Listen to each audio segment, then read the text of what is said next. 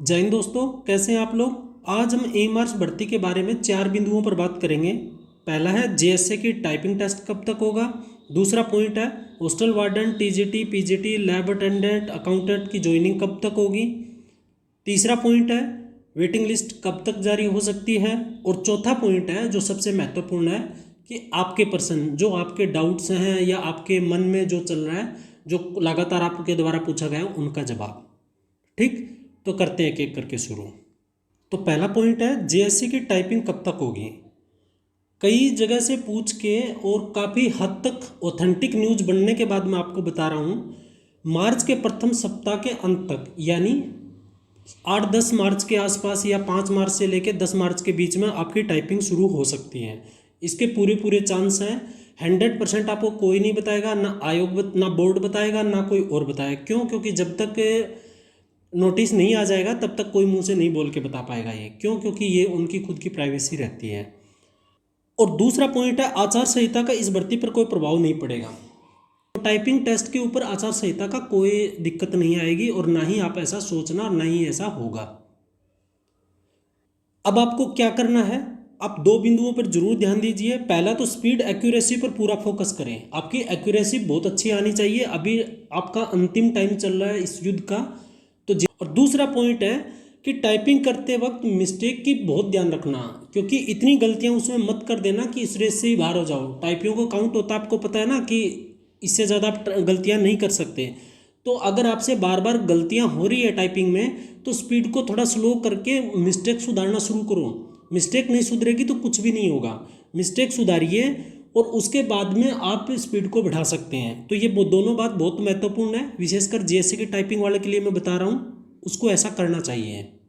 दूसरा पॉइंट है hostel warden, TGT, PGT, lab attendant, accountant की ज्वाइनिंग कब तक होगी। तो इसके ऊपर 2 बिंदु हैं। पहला है बोर्ड का प्रयास और दूसरा है कोर्ट केस का पेंडिंग होना ज्वाइनिंग का सबसे बड़ा अड़चन। देखिए, बोर्ड पूरी तरह चाह रहा है कि सबको ज्वाइनिंग करा दिया जाए। और आज एक अपने केंद्रीय मंत्री हैं अर्जुन मुंडा जी, उनका एक ट्वीट भी आया है कि हम 10,000 के करीब सबको ज्वाइनिंग करा दिया, ऐसा कुछ है। मैंने पूरा तो नहीं पढ़ा लेकिन उसको देखा। उनका कहने का आशय यही है कि बोर्ड पूरी तरीके से ये चाहेगा कि इसको ज्वाइनिंग करवाए।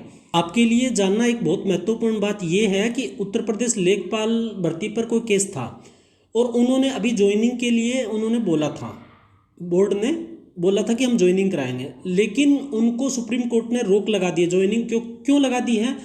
क्योंकि इस भर्ती पर केस चल रहा है और वो पेंडिंग केस में उनको ज्वाइनिंग नहीं दिला सकते। क्यों? क्योंकि ज्वाइनिंग देने के बाद में केस का मतलब ही क्या रह जाएगा। तो मेरा व्यक्तिगत मानना ये है, जितना मैं जानता हूँ, कि कोर्ट केस के फाइनल डिसीजन से पहले मुझे नहीं लगता होगा कि ज्वाइनिंग करवाए। हो सकता है बोर्ड कोई कुछ ना कुछ मध्य मार्ग निकाल के करवाने की कोशिश भी करे, लेकिन मेरा व्यक्तिगत मानना है कि शायद बोर्ड ज्वाइनिंग नहीं करा पाएगा। क्योंकि कोई भी लड़का अगर दोबारा कोर्ट में चला गया या सुप्रीम कोर्ट में चला गया तो उसको रोक देंगे। क्यों? क्योंकि जब तक डिसीजन नहीं आया तो मुश्किल है। और 12 मार्च के बाद जब आचार संहिता लग जाएगी, तो आचार संहिता में एक बात आप बहुत अच्छे से ध्यान रखिए कि आचार संहिता में ज्वाइनिंग कभी भी नहीं होगी। पॉइंट बी नोटेड, आचार संहिता में ज्वाइनिंग नहीं होगी। आचार संहिता में कोई भर्ती शुरू से चलती आ रही है तो एंडिंग पॉइंट तक जा सकती है, लेकिन उसकी ज्वाइनिंग नहीं करवा सकते। तो 12 मार्च तक अगर ज्वाइनिंग नहीं हुई तो ऑब्वियसली बात है कि उसके बाद में तो होगा ही नहीं। तो वो तब तक वो कोर्ट डिसीजन आ जाएगा, क्योंकि अप्रैल में तो उसका डिसीजन नहीं आना है। तो ये हो सकता है उसके बाद जाए। इतना तो आप भी जानते हैं कि कोर्ट केस पेंडिंग है जिस भर्ती पर, तो उसका ज्वाइनिंग देना संभव जैसी बात नहीं होती है। फिर भी कोई मार्ग निकल के आपकी ज्वाइनिंग करवा दे तो बहुत अच्छी बात है, लेकिन इतना जल्दी कैसे होगा? 15 मार्च के 12 मार्च के आसपास आचार संहिता लग जाए। आचार संहिता में ज्वाइनिंग नहीं हो सकती। रही बात point number 3, waiting list. Waiting में मैं जितना जान पा रहा हूँ, सबसे ज़्यादा फायदा जो टीचर्स हैं, जो टीजीटी हो या पीजीटी, उनका चांसेस ज़्यादा है कि उनमें वेटिंग लिस्ट के ज़्यादा बंदे आएँ। क्यों? क्योंकि टीचर्स अलग अलग स्टेट में भर्तियां चलती रहती है। कहीं अपने लोकल स्टेट में अगर उन्होंने ज्वाइनिंग कर ली तो वो ई मार्च में ना आए, इसकी वजह से हो सकता है कि उनकी चांसेस ज़्यादा है। और मेरा तो ये मानना है, आप जो भी जिसकी भी तैयारी करें, आप तैयारी करें अच्छे से, वेटिंग लिस्ट के चक्कर में ना रहें। क्योंकि वेटिंग लिस्ट क्लियर होगी तो आपका हो जाएगा। अब आपको कुछ करना तो अलग नहीं है ना उसमें। अब आप मेरी सलाह माने तो वेटिंग लिस्ट को माइंड में लेके मत चलो, क्योंकि वेटिंग लिस्ट में अगर आपके माइंड में रहेगा तो आप जिस चीज़ का भी फोकस कर रहे हैं, जिस पर भी तैयारी कर रहे हैं, उस पर आप कंसंट्रेट नहीं कर पाओगे।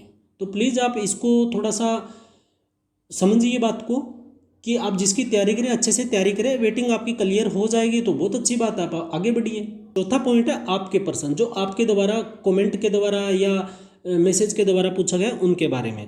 पहला पर्सन है, ओरिजिनल डिग्री ना मिले तो प्रोविजनल सर्टिफिकेट ले जा सकते हैं क्या? ये प्रोविजन नहीं, प्रोविजनल है।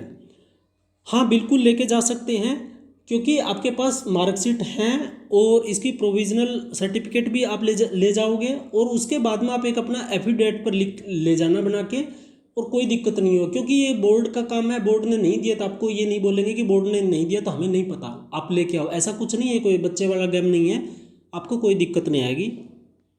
दूसरा पॉइंट है आचार संहिता का गवर्नमेंट सर्विस ज्वाइनिंग पर असर। हाँ बिल्कुल, चाहे वो स्टेट का हो चाहे वो सेंट्रल का हो, अगर आचार संहिता लगी है तो उसमें ज्वाइनिंग नहीं होता है, किसी भी डिपार्टमेंट में ज्वाइनिंग नहीं होता है।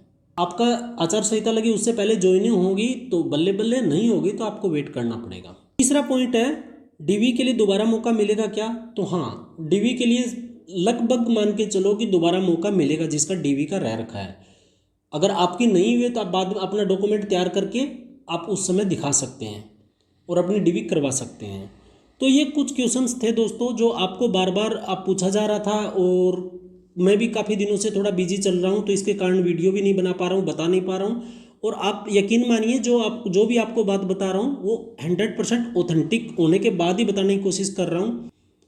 तो आप जिसकी भी तैयारी कर रहे हैं आप अच्छे से तैयारी कीजिए, तैयारी में लगे रहिए। जो भर्ती में इसमें सिलेक्शन हो रखा है तो वो थोड़ा सा धैर्य बनाए रखें, और आप इस चैनल पर पहली बार आए हैं तो सब्सक्राइब जरूर कर लीजिए। आपको हर अपडेट, हर न्यूज़ एकदम ऑथेंटिक दी जाएगी। ठीक, तो मिलते हैं एक अगले वीडियो के साथ, तब तक के लिए जय हिंद जय भारत।